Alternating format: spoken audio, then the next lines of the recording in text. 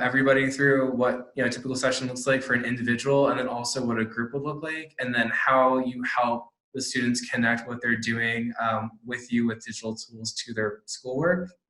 Okay, so for a group, I'll start out with that. They are on their individual platform, but they're all online together. So I create a plan using that specific client as a profile.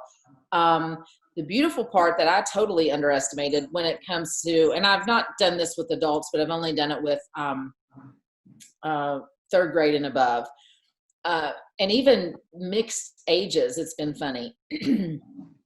I've gained better scores using group than an individual, and I've analyzed clearly the data and just even asked the kids themselves. They love seeing other people doing it, so they don't feel alone.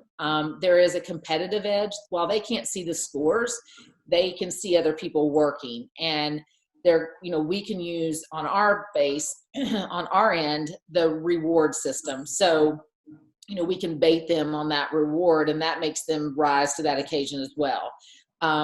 So I think just the community, that's the other thing. I totally underestimated the community value. And so many kids these days they feel isolated, especially the smart but struggling kid.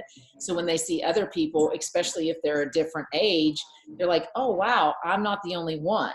So there's value in that in and of itself, which I love, and I totally underestimated the power of that. At the end, when I, always ask them, they love that piece. They absolutely love that piece. Even though they don't know the kids, they feel like they do. And again, they are not isolated and they're not alone. Now, having said that, some kids can't be in a group because they really need just more it's usually due to needing more facilitation, more of the therapist intervention piece to that.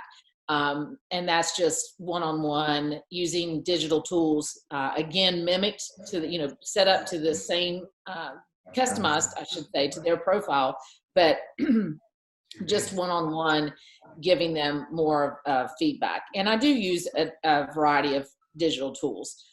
If I can't find, I always look for whatever works best for that specific client.